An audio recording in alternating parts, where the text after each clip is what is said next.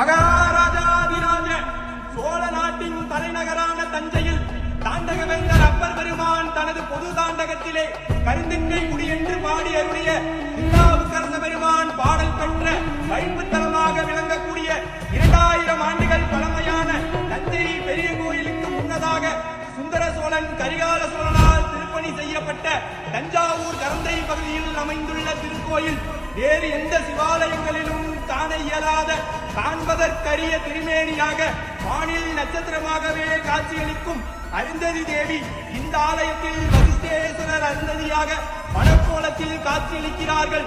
வசிஷ்ட முனிவர் கோமரம் அமைத்து சிவபூஜை செய்ததால் சுவாமிக்கு வசிஷ்டேஸ்வரர் என்ற பெயரும் உள்ளது.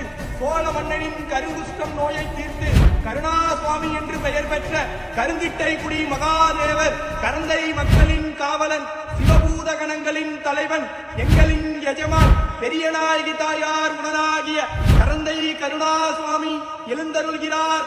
வருகிறார் வருகிறார் வருகிறார்.